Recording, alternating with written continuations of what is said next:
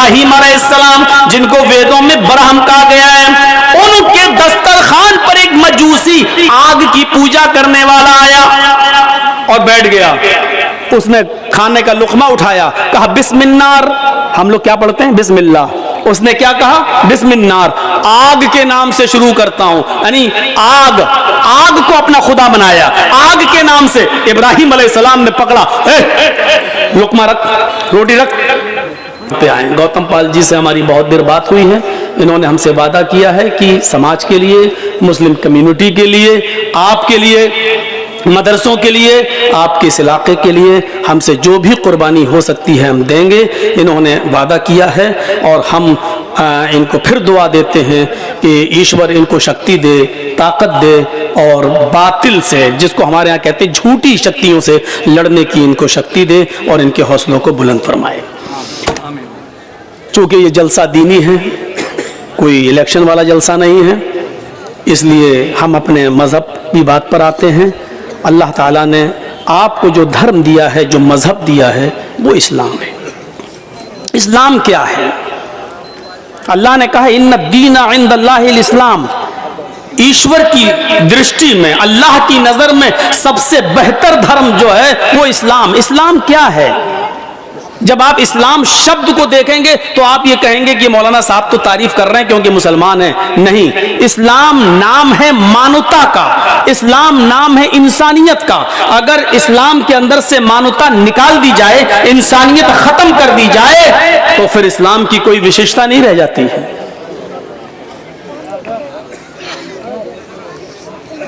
आप रोजे से हैं, देखिए इस्लाम क्या कहता है।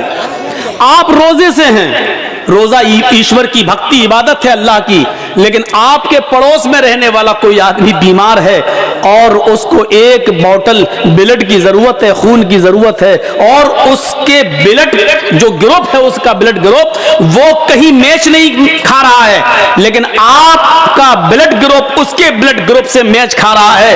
अगर आप एक बोतल खून दे देंगे, ब्लड दे देंगे, तो उस हिंदू की या उस ईसाई की या उस यहूदी की या उस जैनी की या उस सिख की जान बच सकती है। तो इस्लाम ये कहता है कि आपको ऐसी पोजीशन में उस मनुष्य की, चाहे वो किसी भी धर्म का हो, किसी भी मजहब का हो, उसकी आप जान बचाने के लिए एक बोतल ब्लड देकर उसकी जान बचा लीजिए। ये है मानवता इस्लाम की। अब सवाल ये पैदा होता है कि जब ब्लड निकाला जाएगा तो रोजे का क्या होगा? यकीनन रोजा आपका टूट जाएगा, क्योंकि ब्लड जब निकाला जाएगा तो रोजा आपका टूट जाएगा। लेकिन इस्लाम ये कहता है कि रोजा तोड़ दो लेकिन मनुष्य की जान बचा लो, इंसान की जान बचा लो। ये है इस्लाम। रोजा आप बाद में पूरा कर सकते हैं। ये 30 रोजे खत्म हो जाने के बाद एक रोजा जो आपका छूट गया है या किसी को ब्लड देने के चक्कर में आपको तोड़ना पड़ा है, ये रोजा आप बाद में पूरा कर लीजिएगा, लेकिन अभी किसी की जान बचाइए, ये बहुत ही ज्यादा जरूरी है। इसी मानवता का नाम है इस्लाम। इसीलिए अल्लाह ताला ने फरमाया इन्नद्दीना इंदल्लाहिल इस्लाम। अल्लाह की दृष्टि में, अल्लाह की नजर में सबसे प्यारा, सबसे बेहतरीन धर्म, सबसे बेहतरीन मजहब इस्लाम है। हाँ, बैठ रहे हैं, मुझे मालूम है भाई। सबसे बेहतरीन धर्म इस्लाम है, क्योंकि ये मानवता का दर्स देता है, सबक सिखाता है, इंसानियत बतलाता है। देखिए, उलमा बैठे हैं, विद्वान मदरसे में पढ़ाते हैं, बच्चे भी पढ़ते होंगे। एक हदीस सुनिए, अल्लाह के नबी सल्लल्लाहु अलैहि वसल्लम ने फरमाया, ये मानवता है, ये इंसानियत है। अल ईमानु बिज़उ व सबऊना शुअबतन फअफ़ज़लुहा क़ौलु ला इलाहा इल्लल्लाह व अदनाहा इमाततुल अज़ा अनित तरीक़। सबसे अफजल ईमान क्या है? ला इलाहा इल्लल्लाह। इस बात को कहना कि अल्लाह के अलावा कोई पूजा योग्य नहीं, ईश्वर के अलावा अतिरिक्त कोई पूजा योग्य नहीं, अल्लाह के अलावा कोई माबूद नहीं, और मोहम्मद सल्लल्लाहु अलैहि वसल्लम अल्लाह के रसूल हैं। इसके बाद कहा कि एक ईमान की ब्रांच, जो 70 से ज्यादा शाखें हैं, ईमान की ब्रांचेस हैं, उनमें एक ब्रांच क्या है? वो अदना, सबसे हल्की ब्रांच क्या? वो अदना इमाततुल अज़ा अनित तरीक़, रास्ते में नुकसान देने वाली, वाली अगर कोई चीज पड़ी हुई है तो उसको रास्ते से हटा देना ईमान है, इस्लाम है। मसलन कांटा पड़ा हुआ है रास्ते में, रास्ते में कांटा पड़ा हुआ है। अब आप बताइए उस कांटे को देखकर इस्लाम क्या कहता है, मोहम्मद रसूलुल्लाह क्या कहते हैं? आप मोटरसाइकिल से जा रहे हैं, आप साइकिल से जा रहे हैं, आप किसी तेज रफ्तार गाड़ी से जा रहे हैं, आपकी नजर कांटे के ऊपर पड़ गई, आप गाड़ी रोक दीजिए, बाइक रोक दीजिए, स्कूटी रोक दीजिए, साइकिल रोक दीजिए। सब हम तो बच गए, ये निकल गए। नहीं साहब, आप बच गए, लेकिन इस कांटे पर किसी अंधे का पैर रख सकता है और कांटा किसी अंधे को चुभ सकता है, या कोई बच्चा इस कांटे का शिकार हो सकता है। ये मत देखो कि ये सड़क पर हिंदू जाएगा या मुसलमान या सिख या ईसाई। अल्लाह के नबी फरमाते हैं, मोहम्मद रसूलुल्लाह फरमाते हैं कि आपकी ड्यूटी बन जाती है, आप पर अनिवार्य हो जाता है, आपकी ये जिम्मेदारी बन जाती है कि आप उस कांटे को वहां से उठाकर फेंक दें और उस कांटे के चुभने से किसी बूढ़े को, किसी औरत को, किसी बच्चे को आप बचा लें। ये इस्लाम कहता है, और इस्लाम ने, इसी मानवता का नाम इस्लाम है।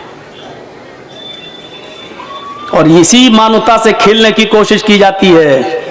अब देख लीजिए उत्तर प्रदेश के अंदर क्या हो रहा है। चुनाव अजित करीब आते जाएंगे और ये गेम खेला जाता रहेगा। तो मेरे भाइयों, मानवता जिसके अंदर है वही इस्लाम। कुरान, हम और आप एक दूसरे को बांट सकते हैं, ये हिंदू है, ये मुसलमान है, ये सिख है, ये ईसाई है, ठीक है, कोई बात नहीं, लेकिन कुरान ने नहीं बांटा है। कुरान पढ़िए, हाफिज होंगे यहां पर कुरान के, पूछिए उनसे कुरान की किस पारे में ये आयत लिखी हुई है।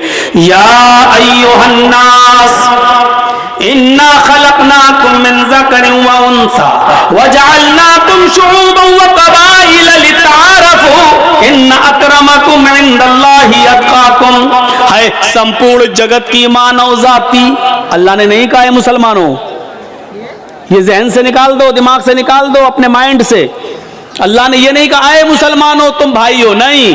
या अय्युहन्नास, हाय संपूर्ण जगत की मानव जाति, हाय विश्व के इंसानों, हाय पूरी दुनिया के लोगों। इन्ना खलकनाकुम मिन ज़करिन व उन्सा, हमने तुम सबको एक ही मर्द से और एक ही औरत से, एक ही पुरुष से और एक ही स्त्री से हमने तुमको जन्मा है। तुम्हारा बाप एक है, तुम्हारी माँ एक है, तुम एक ही बाप के बेटे हो, एक ही माँ की औलाद हो। कुरान ने तो एक खानदान बताया है, एक कुटुंब बताया है कि तुम सबका बाप एक है। हिंदू हो या मुसलमान, सिख हो या ईसाई, जब तुम सबका बाप एक है तो फिर झगड़ा कैसा है? इसी इंसानियत का नाम और इसी मानवता का नाम इस्लाम है,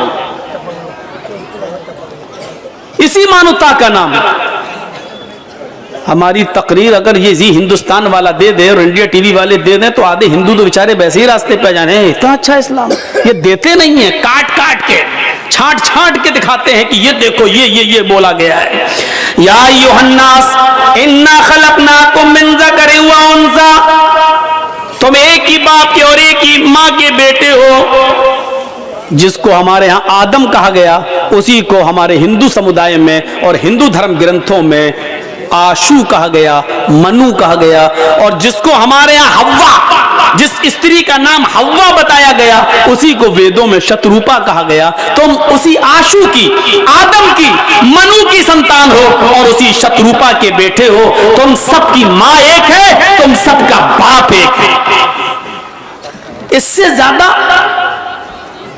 मानवता, इससे ज्यादा इंसानियत और क्या होगी? एक बात सुन लीजिए, मौलाना जर्जी साहब अपने घर में किसको खाना खिलाएंगे? जो उनका दोस्त होगा। क्या मैं अपने दुश्मन को खाना खिला सकता हूं? ईमानदारी के साथ बताइए। अरे हम अपने दरवाजे से नहीं गुजरने देंगे, नजर रखेंगे। हमारा विरोधी, हमारा दुश्मन हमारे दस्तरखान पर खाना नहीं खा सकता, ना हम उसको दावत देंगे। लेकिन ऊपर वाले को जरा देखो, अल्लाह रब्बुल आलमीन को जरा देखो, जो नमाज पढ़ रहा है वो उसको भी खिला रहा है, जो नहीं पढ़ रहा है वो उसको भी खिला रहा है, जो उसकी इबादत कर रहा है, उसको अपना रब मान रहा है, उसको भी खिला रहा है, जो नहीं मान रहा है वो उसको भी खिला रहा है, जो उसके आदेशों पे चल रहा है वो उसको भी खिला रहा है, और जो उसके आदेशों पे नहीं चल रहा है वो उसको भी खिला रहा है। इसलिए पूरा कुरान पढ़ जाइए, अल्लाह ने कहीं नहीं कहा कि मैं सिर्फ मुसलमानों का खुदा हूं। अल्लाह ने क्या कहा? अल्हम्दुलिल्लाहि रब्बिल आलमीन। तमाम तारीफें, सारी प्रशंसाएं उस महान शक्ति के लिए, उस प्रभु के लिए, उस अल्लाह के लिए हैं जो सारी कायनात का, पूरे विश्व का, पूरे वर्ल्ड का पालन पोषण करने वाला है। उसने ये नहीं कहा कि हम सिर्फ इंसान को देते, हम मुसलमान को देते हैं। उसने कहा इंसान को दे, हिंदू को भी देते हैं, मुसलमान को भी, सिख को भी और ईसाई को भी। जब उसने मतभेद नहीं किया है तो हम कौन होते हैं मतभेद करने वाले? हजरत इब्राहिम अलैहिस्सलाम, जिनको वेदों में ब्रह्म कहा गया है, उनके दस्तरखान पर एक मजूसी आग की पूजा करने वाला आया और बैठ गया। उसने खाने का लुकमा उठाया, कहा बिस्मिल्लाह। हम लोग क्या पढ़ते हैं? बिस्मिल्लाह। उसने क्या कहा? बिस्मिल्लाह। आग के नाम से शुरू करता हूं, यानी आग को अपना खुदा बनाया। आग के नाम से इब्राहिम अलैहिस्सलाम ने पकड़ा, लुकमा रख, रोटी रख, ये मेरे खुदा ने दी है, मेरे अल्लाह ने दी है, और तू आग का नाम लेता है, अल्लाह का नाम ले। उसने कहा इब्राहिम नहीं लूंगा मैं तुम्हारे अल्लाह का नाम, नहीं लूंगा। इब्राहिम अलैहिस्सलाम ने कहा उठो, भागो, चलो, नहीं खिलाऊंगा तुम्हें खाना। थोड़ी दूर गया, परशुराम आ गए, जिब्राइल अलैहिस्सलाम आ गए, फरिश्ता आ गया, कहने लगा इब्राहिम अल्लाह ने कहा है उस 90 साल के बुढ़े को पकड़ के लाओ, खिलाओ। कहा इब्राहिम अलैहिस्सलाम ने, अरे वो तो अल्लाह का नाम ही नहीं लेता है। कहा इब्राहिम अलैहिस्सलाम तुम्हारे रब ने कहा है, उसने आज तुम्हारे दस्तरखान पर मेरा नाम नहीं लिया। वो तो 90 साल से मेरा नाम नहीं ले रहा है, उसने कभी अल्लाह का नाम नहीं लिया, लेकिन अल्लाह ने उसको 90 साल तक खाना खिलाया है। उसने कभी अल्लाह की इबादत नहीं की, फिर भी अल्लाह ने उसको खाना खिलाया है।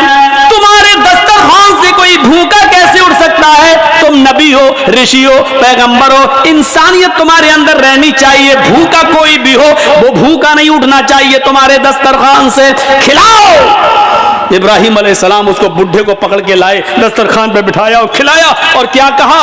लो बैठो खाओ। उसने कहा अब क्या हुआ? चिढ़ाने लगा, तंज मारने लगा। अब क्या हुआ? कहा मेरे रब ने कहा कि उसको खिलाओ, उसने तो 90 साल से मेरा नाम नहीं लिया, फिर भी हम उसको खिला रहे हैं। तुम्हारे यहां तो एक दिन नहीं लिया और तुम बिदक गए, तुम मुचक गए, तुम नाराज हो गए। खाओ, मेरे रब की रहमत, मेरे रब की कृपा को ये गवारा नहीं कि कोई भूखा दस्तरखान से उठ जाए। उस बुढ़े ने कहा फिर मेरा रिश्ता भी अपने रब से जोड़ दो। जब 90 साल तक उसका नाम नहीं लिया, खिलाता रहा, और आज भी भूखा नहीं उठने दिया है, जिब्राइल को भेजकर, फरिश्ते को भेजकर उसने बुलवा लिया मुझे। पहले उस रब से मेरा रिश्ता जोड़ो। हम किसको खिलाएंगे, किसको देंगे? ये इंसानियत है, कोई भूखा दस्तरखान से नहीं उठने पाए। हमारे अंदर कितनी इंसानियत है, जिसके अंदर जितनी ज्यादा मानवता है उसके अंदर उतना ही ज्यादा इस्लाम है, और जिसके अंदर मानवता की जितनी कमी है उसके अंदर इस्लाम उतना ही कम है। जो पड़ोस में रहने वाले को यह देखे कि हम खाना तब खिलाएंगे कि जब वो मुसलमान होगा, वरना नहीं तो वो मुसलमान नहीं है। अगर वो ये सोचे कि हम ये अपने बोतल खून की, अपनी एक बोतल खून उसको देंगे जो मुसलमान है, ये पड़ोस में रहने वाला एक हिंदू या ईसाई है, ये मेरे खून से बच सकता है, तो आप मुसलमान नहीं हैं। मेरे भाइयों, तसव्वुर करिए आप, इस्लाम ये कहता है कि रोजा तोड़ना पड़े तोड़ दो, लेकिन एक मनुष्य की एक जान, इंसान की जान बचाओ। और जिसने एक इंसान की जान बचा ली, चाहे वो किसी भी धर्म का हो, एक मनुष्य की, एक इंसान की जान बचा ली, अल्लाह क्या कहता है, कुरान क्या कहता है? वमन अहयाहा फकअन्नमा अहयन्नास जमीआ। जिसने एक मनुष्य की जान बचा ली, उसने पूरे विश्व की जान बचा ली, उसने पूरी दुनिया की इंसानियत की जान बचा ली। अल्लाह रब्बुल आलमीन है, उसने अपनी कृपाएं और अपनी नेमतों में कभी बंटवारा नहीं किया। आप बताइए तो, दुनिया का कायदा है कि देखिए एहतिजाज तरफेन से होता है। हम किसी धोबी को कपड़े देते हैं धोने के लिए, तो धोबी उसके बदले में हमसे क्या लेता है? पैसे। ये माइक लगाया है, जिसने आपने पिंडाल ये सब लगवाया है, हम इसके मोहताज हैं। तो ये पिंडाल लगाने वाले, माइक लगाने वाला हमारा भी मोहताज है कि वो हमसे पैसे ले। हम दुकान से जो चीजें खरीदते हैं हम उनके मोहताज हैं, लेकिन दुकान वाले भी हमारे मोहताज है कि वो हमसे पैसे लें। लेकिन जरा बताइए, हम सूरज की रोशनी के मोहताज हैं, क्या सूरज हमारा मोहताज है? हम चांद की रोशनी के मोहताज हैं, क्या चांद हमारा मोहताज है? आसमान से बरसने वाली बारिश के हम मोहताज हैं, क्या बारिश हमारी मोहताज है? हवा जो चलती है ये, हम इसके मोहताज हैं, क्या हवा हमारी मोहताज है? नहीं। सोचिए तो सही, ईश्वर हमें मां के पेट में भी जिंदा रखता है जहां हवा नहीं पहुंचती, और मां के पेट से जब हम बाहर आते हैं तो उस वक्त जिंदगी गुजारने के, जीवन व्यतीत करने के जितने भी समाधान है वो पहले से मौजूद पाते हैं। एक सूरज का अंधेरा, मां के पेट का अंधेरा, फिर पेट के अंदर भी औरत की एक बच्चेदानी, फिर उस बच्चेदानी उस रहम का अंधेरा, तीन अंधेरों में बच्चे की परवरिश। लेकिन सोचो, जब वो बच्चा मां के पेट से बाहर आता है, अभी उसने आंखें नहीं खोली हैं, अभी बाहर नहीं आया कि ईश्वर ने, अल्लाह ने उसकी मां की पिस्तान में दूध का इंतजाम पहले से कर दिया है। साइंटिस्ट से पूछो, जो मेडिकल वो करते हैं और बायो वगैरह पढ़े हैं, उनसे पूछो कि जब माँ की डिलीवरी होती है बीवी की और बच्चा पैदा होता है, तो माँ की पिस्तान के पास जहां से बच्चा दूध पीता है, छोटे छोटे हजारों सुराख होते हैं, वहां पर हजारों सुराख।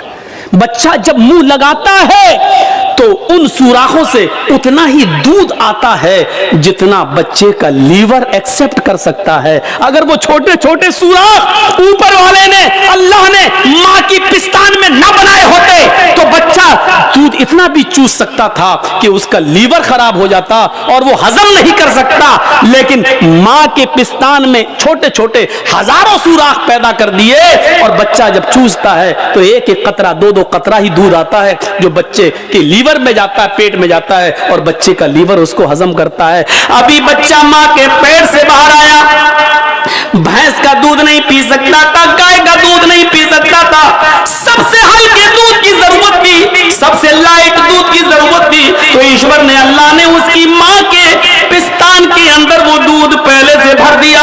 और ये ऊपर वाला ये नहीं देखता है ये मुसलमान का बच्चा है या हिंदू का है, सिख का है या ईसाई का है, जैनी का है, क्रिश्चियन का है, किसका है, सबके साथ उसने ये मामला रखा है। फिर जैसे जैसे बच्चा बढ़ता जाता है वैसे वैसे उसको समाधान मिलते जाते हैं। हम सूरज के मोहताज है, लेकिन सूरज हमारा जर्रा बराबर मोहताज नहीं है। हाँ, गवर्नमेंट बिजली देती है तो रीडिंग की शक्ल में टैक्स लेती है, कितने यूनिट तुमने बिजली खर्च की है।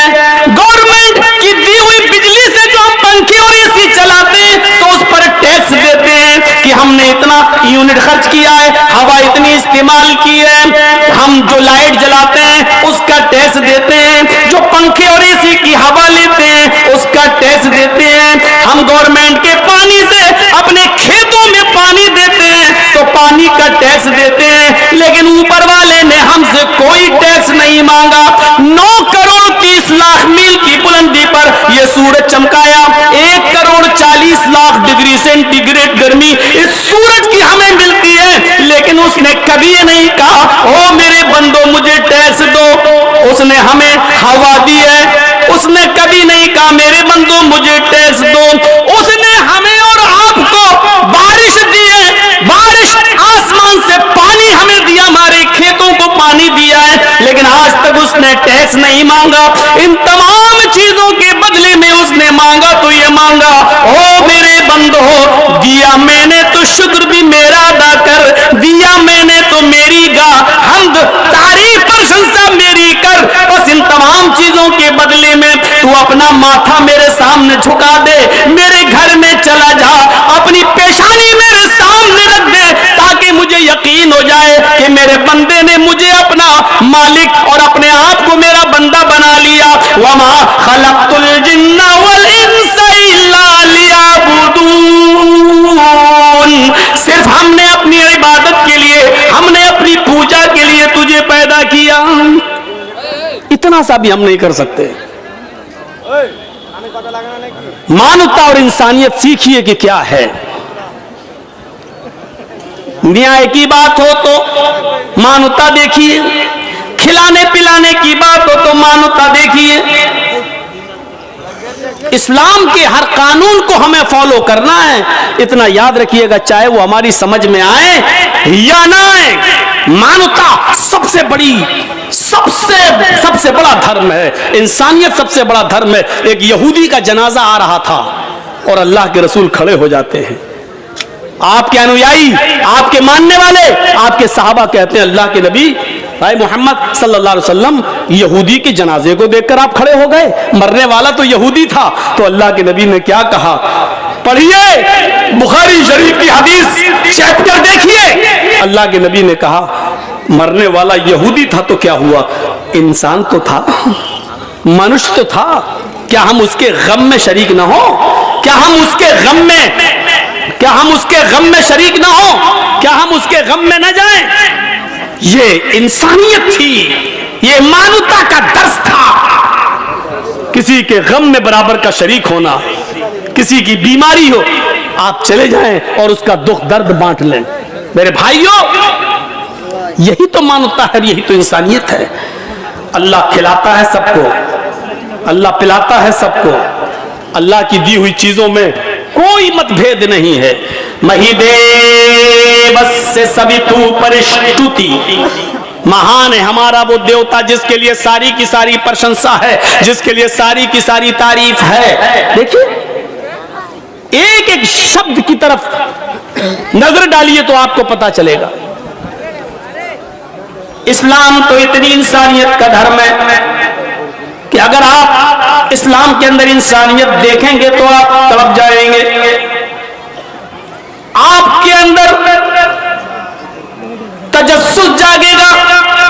गौर करो कि हजरत उमर फारूक रात की तारीकी में, रात के अंधेरे में, रात के खटाटोप अंधेरे के अंदर गश्त कर रहे हैं और एक आदमी को झोपड़ी के अपने घर के बाहर देखते हैं। वो मुसलमान नहीं था, लेकिन मानवता देखिए आप, इंसानियत देखिए आप। वो मुसलमान नहीं था, लेकिन बाहर, घर के बाहर रो रहा है। हजरत उमर उसके पास बैठ गए, पूछते हैं उससे क्यों रो रहे हो? आप इधर देखेंगे तो आपको समझ में आएगा। ये वाकया निकल गया जहन से, पूरी तकरीर बेकार हो जाएगी। क्या रो रहे हो, क्यों रो रहे हो? वो नहीं जानता था कि ये मेरे पास जो बैठा है ये कौन है। अगर कोई सहाबी होते तो वो पहचानते हजरत उमर फारूक को, लेकिन चूंकि वो मुसलमान था ही नहीं, वो गैर मुस्लिम था, रो रहा है। हजरत उमर ने कहा क्यों रो रहे हो? और जानते हो उसने गुस्से में क्या कहा? अरे मैं वैसे ही परेशान हूं, तू और आ गया मुझे परेशान करने। अबे जाना, चल।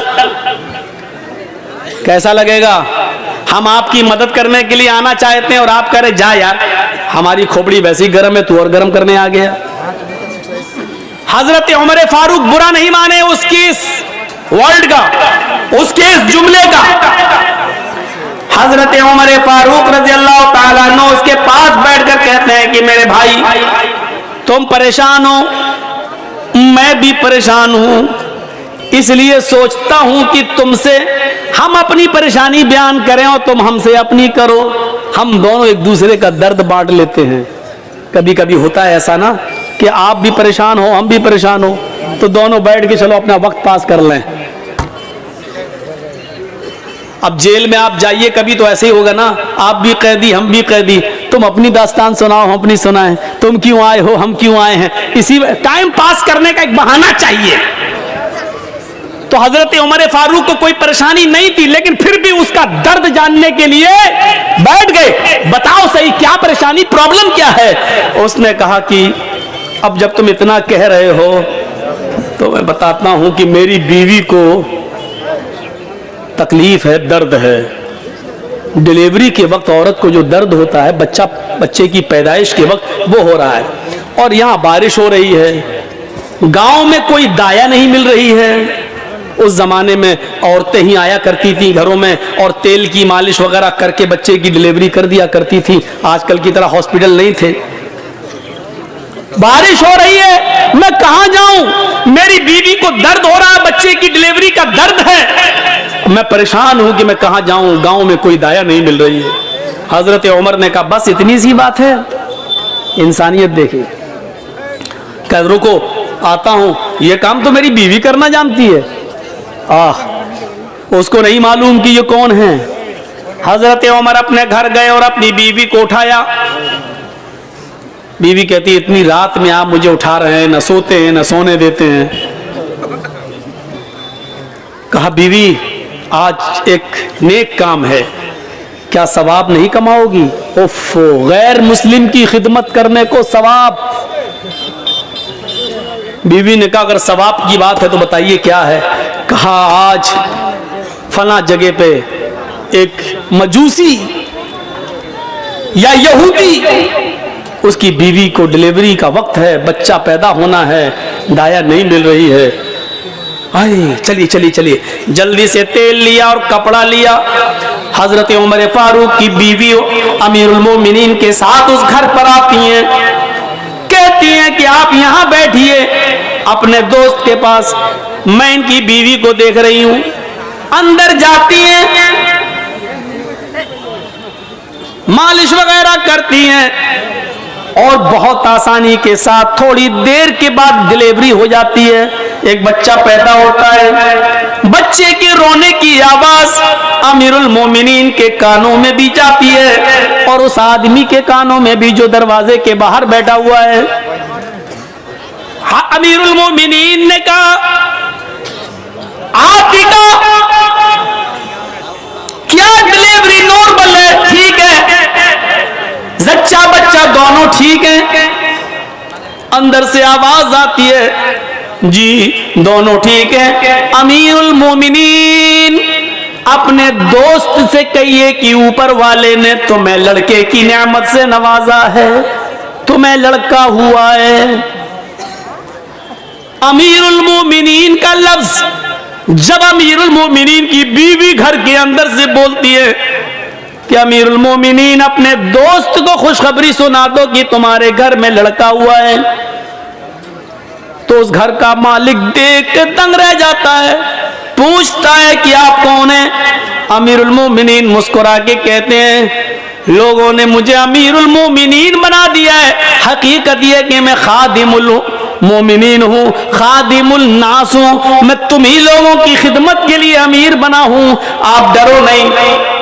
रात के अंदर मालूम करना और पता लगाना ये मेरी जिम्मेदारी थी। अरे तुम हमारी कौम के नहीं हो, मुसलमान नहीं हो तो क्या हुआ, हो तो इंसान। ये खिदमत करना हमारे नसीब में लिखा था। मेरे प्यारे साथियों, इस जगह पर लाकर सोचिए कि अमीरुल मोमिनीन की बीवी रात की तारीकी में एक शख्स के घर जाती है, उसकी बीवी को डिलीवरी होती है और कहती है अमीरुल मोमिनीन तुम्हारे दोस्त को बच्चा हुआ है। इस जगह पर रखकर देखिए कि इस्लाम हमसे क्या चाहता है, इस्लाम किस चीज का नाम है, इस्लाम कौन सा मुतालबा कर रहा है हमसे, इस्लाम क्या चाहता है हमसे। इंसानियत की इस महराज का नाम इस्लाम है। हम क्या करेंगे? हमारे यहां तो नफरतें भरी रहती हैं कि ये कौन है, ये कौन है, ये कौन है। और मुसलमान भी हम हैं, तब भी हमारे यहां भरा है शेरशाहबादी कौन है, सूरजापुरी कौन है, ये आगे क्यों बढ़ रहा है, फला आगे क्यों बढ़ रहा है। एक नबी के मानने वाले, एक कलमा पढ़ने वाले, एक कुरान को तस्लीम करने वाले, एक किबले की तरफ रुख करने वाले, एक रब को मानने वाले, एक किबले की तरफ नमाज रुख करके नमाज पढ़ने वाले, जब हमारे अपने अंदर इंसानियत नहीं रहेगी तो हम दूसरों को इंसानियत का दर्स कैसे देंगे और सबक कैसे देंगे। यही हजरत उमर है। आओ एक ऐसा वाकया तुम्हें सुनाने जा रहा हूं जिस वाकये को सुनकर हमारे ज़मीर जाग जाएंगे। रात की तारीकी है। हजरत उमर रात के अंधेरे के अंदर गश्त करके देख रहे हैं कि कौन परेशान है। काफी दूर निकल जाते हैं तो एक और परेशान आदमी नजर आता है, घर के बाहर बैठा हुआ और रो रहा है। हजरत उमर उसके पास बैठ गए। जी क्यों रो रहे हो? उसने भी यही कहा, अरे जा यार, क्या दिमाग खराब कर। नहीं नहीं बोलो तो क्या बात है? अरे तुम क्या कर लोगे यार, जाओ ना, मेरी किस्मत, मेरा नसीब। नहीं नहीं नहीं नहीं, ऐसी बात मत करो। देखो रात में तुम निकले हो, रात में मैं भी निकला हूं, परेशान हो आप भी, हम भी। चलो बताओ ना क्या बात है, शायद मैं तुम्हारे कोई काम आऊं। रोने लगा और कहने लगा, नहीं जानता कौन है। कहता है कि मेरे भाई, जब तुमने एक रिश्ता जोड़ी लिया तो सुनो, मैं बहुत किस्मत का मारा हुआ इंसान हूं। मैं इस झोपड़ी के बाहर बैठा हुआ हूं, अंदर मेरी बीवी रो रही है और इधर मैं रो रहा हूं। कहा क्यों, क्या बात है? कहा मेरी बीवी बहुत ही ज्यादा खूबसूरत है और मेरी गांव का एक बहुत मजबूत आदमी, पैसे में भी मजबूत है, असर और रसूख में भी मजबूत है और ताकतवर भी है। उसके आगे पीछे गुंडे भी रहते हैं। वो शख्स रात की तारीकी में आता है और मुझे मेरा कान पकड़कर घर से बाहर निकाल देता है। फिर वो मेरी बीवी के साथ जिना करता है, मेरी बीवी को मजबूर कर देता है गलत काम करने के लिए। नहीं तो वो मुझे और मेरी बीवी दोनों को मारने की धमकी देता है। मेरी बीवी डर जाती है और मारे डर के वो सब कुछ कर लेती है जो उसका ज़मीर उसको गवारा नहीं करता। ओह, ये प्रॉब्लम है। अभी आया था, हाँ आया था और गलत काम करके चला भी गया। हजरत उमर ने कहा, मेरे भाई सच बताओ अब वो कब आएगा?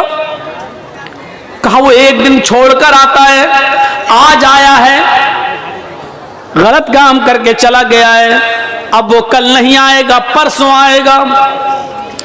अमीरुल मोमिनीन की नजरें आसमान की तरफ उठी और दिली दिल में कहा, इलाहुल आलमीन, कितना लाचार बे अमीरुल मोमिनीन हो। मेरे दरबारे खिलाफत में, मेरे दौरे खिलाफत में एक गैर मुस्लिम आदमी के ऊपर जुल्म हो रहा है और इस इलाके का मालिक मैं हूं। हजरत उमर फारूक का यह वाकया योगी और मोदी दोनों के लिए चैलेंज है।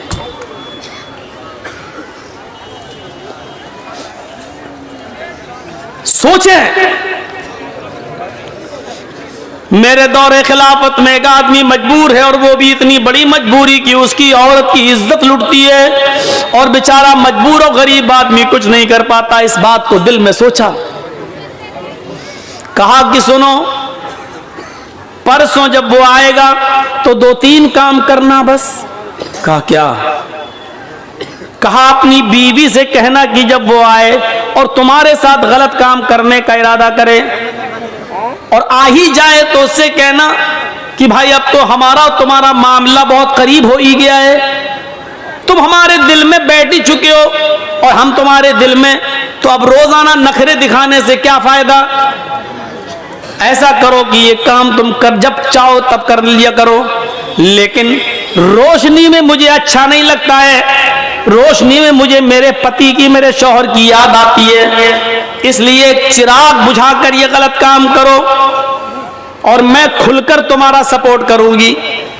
इतना कहना, वो तुम्हारी बीवी की बातों में आ जाएगा और चिराग बुझा देगा, बकिया काम मैं संभाल लूंगा। वो कहने लगा, क्या मतलब है तुम्हारा, बकिया काम संभाल लूंगा, क्या मतलब?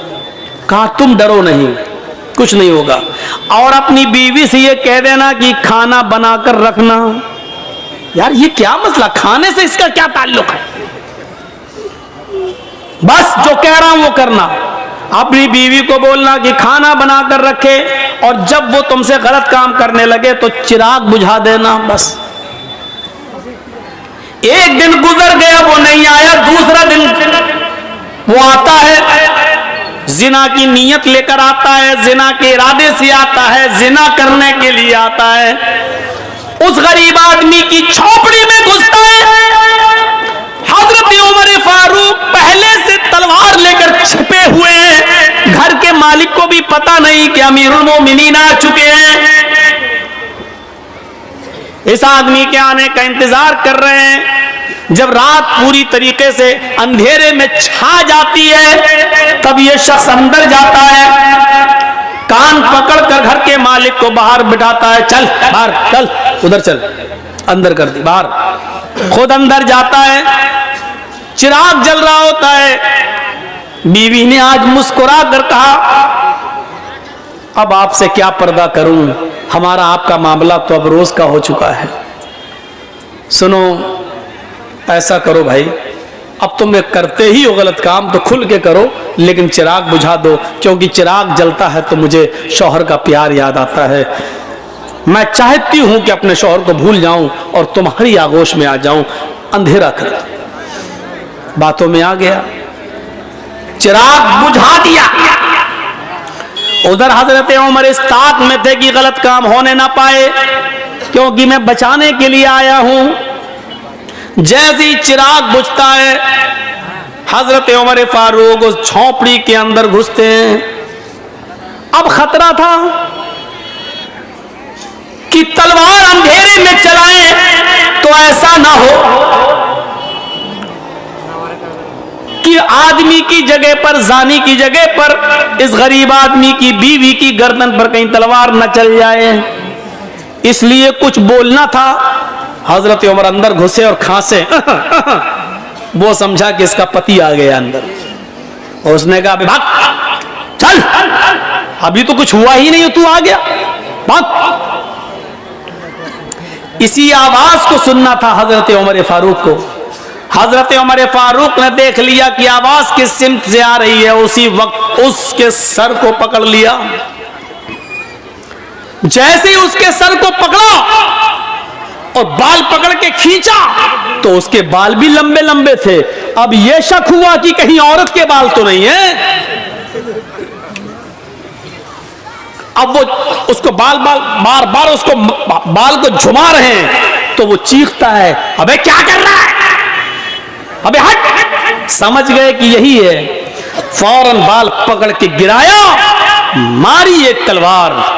जिंदगी का रिकॉर्ड है, हजरत उमर ने जब भी किसी को कत्ल किया दोबारा तलवार चलाने की नौबत नहीं आई।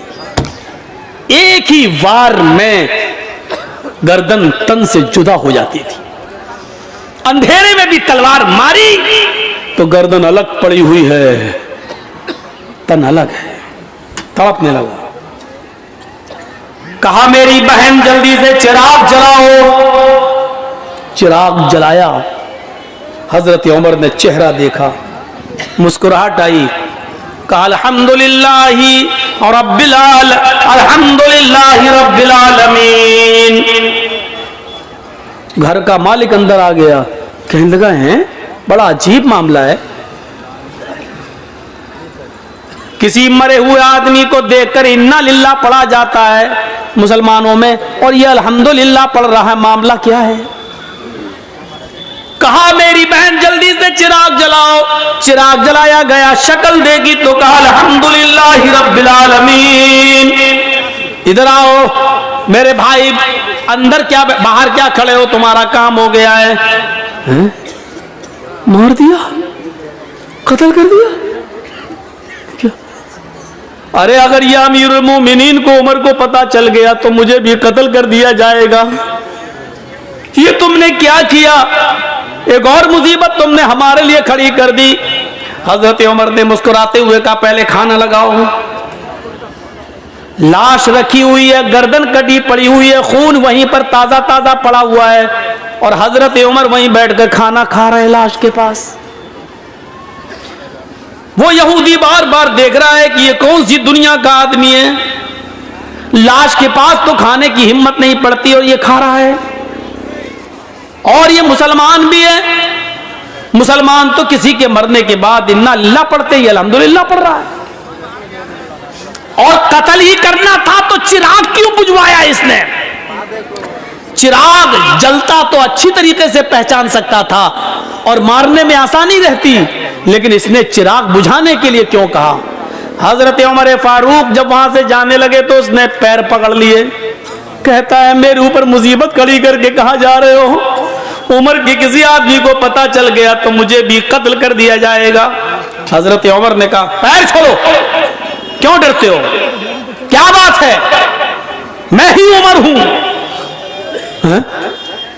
हाँ मैं ही उमर हूं, मैं सिर्फ मुसलमानों का अमीर नहीं हूं, गैर मुस्लिमों की परेशानियों को दूर करना भी हमारी जिम्मेदारी है। हमारे हुदूद में आते हो तुम, हमारे भी आदमी आएंगे इस डेड बॉडी को उठा के ले जाएंगे, आपको घबराने की जरूरत नहीं है। अब उसकी जान में जान आई। हजरत उमर जाने लगे तो कहा कि जाऊं? उसने कहा जा रहे हो लेकिन 2-3 बातें अगर बता सकते हो तो बता दो। कहा क्या?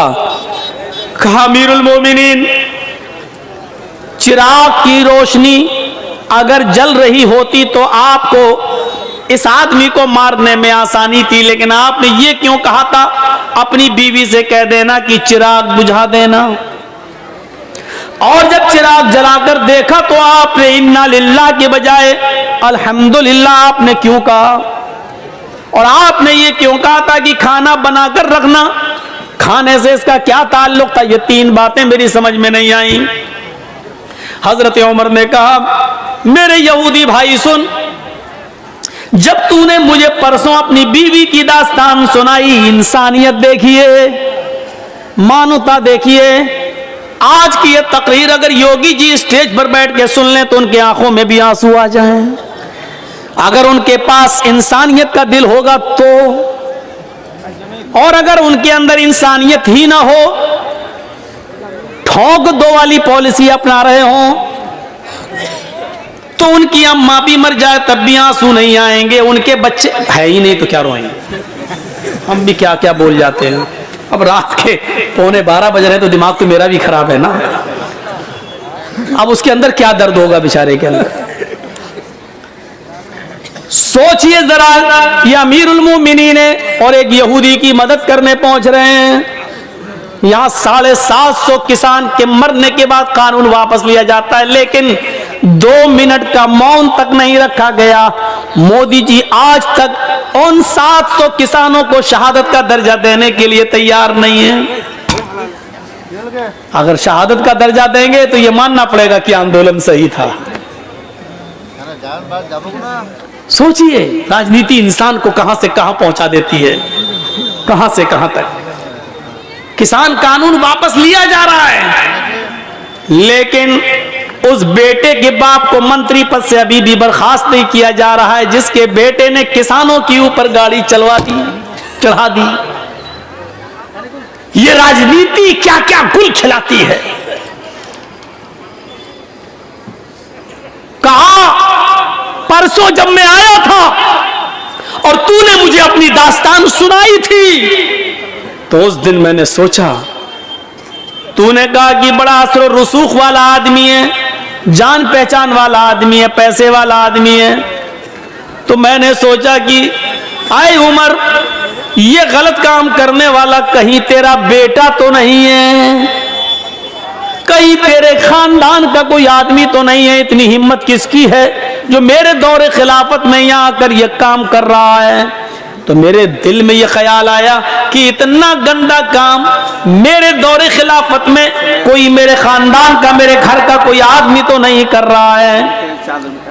इसलिए मैंने कहा था चिराग बुझा देना। आए मेरे यहूदी भाई, जब मैं घर के अंदर घुसा चिराग बुझाने के लिए, इसलिए कहा था अगर चिराग जल रहा होता और ये आदमी या जिना करने वाला कोई और होता, मेरा करीबी रिश्तेदार होता, मेरा बेटा होता, और तेरे घर में जब मैं घुसता और चिराग जल रहा होता और मेरी नजर उसके ऊपर पड़ती और उसकी मेरी ऊपर पड़ती, तो हो सकता अपना बेटा समझकर, अपना बेटा अपने बेटे को देखकर, अपने भतीजे को देखकर, अपने खानदान के किसी रिश्तेदार को देखकर हो सकता था कि मेरे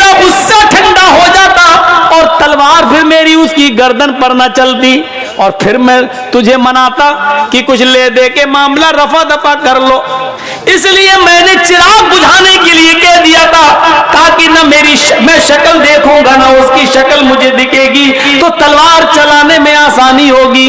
फिर मैंने उसकी गर्दन पे तलवार चलाई और जब गर्दन मेरे हाथ में आ गई तन अलग, तो फिर मैंने तुम्हारी बीवी से कहा, बहन जल्दी से चिराग जलाओ, इसलिए कि मैंने ये देखने की हिर्स थी, लालच था कि देखें मरने वाला मेरा रिश्तेदार तो नहीं है। जब चिराग जला और उसके सर पर मेरी नजर पड़ी तो मैंने अल्लाह का शुक्र अदा किया, इसलिए कि अल्हम्दुलिल्लाह मरने वाला मेरा खानदान का नहीं, मेरा रिश्तेदार नहीं, मेरा बेटा नहीं, मेरा भतीजा नहीं, मरने वाला भी गैर मुस्लिम है, तू भी गैर मुस्लिम है, ये गलत काम करने वाला भी गैर मुस्लिम है।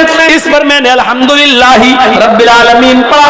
तमाम तारीफें अल्लाह के लिए हैं जिसने जो दोनों जहान का पालनहार है, इसलिए मैंने अल्हम्दुलिल्लाह पढ़ा है कि मरने वाला मेरे खानदान का नहीं है।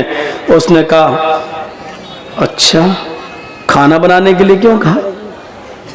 कहा जब तूने परसों मुझे ये दास्तान सुनाई तो उसी दिन मैंने कसम खा ली, उमर तेरे दौरे खिलाफत में यह आदमी परेशान है और तू आराम से कैसे खाना खा सकता है, तू कैसे पानी पी सकता है, तू मौज मस्ती के साथ कैसे रह सकता है।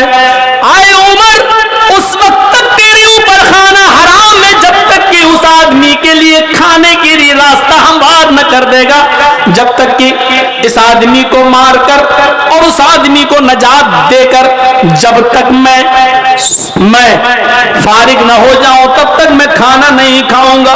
मैं परसों से भूखा हूं, कल दिन भर नहीं खाया, आज दिन भर नहीं खाया। जिंदा रहने के लिए मैंने 1-2 खजूरें खाई और पानी पिया।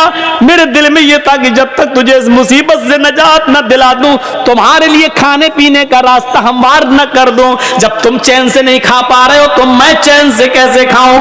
जब तुम चैन से बैठ नहीं पा रहे हो तो मैं चैन से कैसे बैठूं? इसलिए मैंने खाना नहीं खाया था। अल्हम्दुलिल्लाह आज मैंने पेट भर के खाना खाया। एक आदमी की मुसीबत को अपनी मुसीबत समझना, उसके दर्द को अपना दर्द समझना, यह इस्लाम है।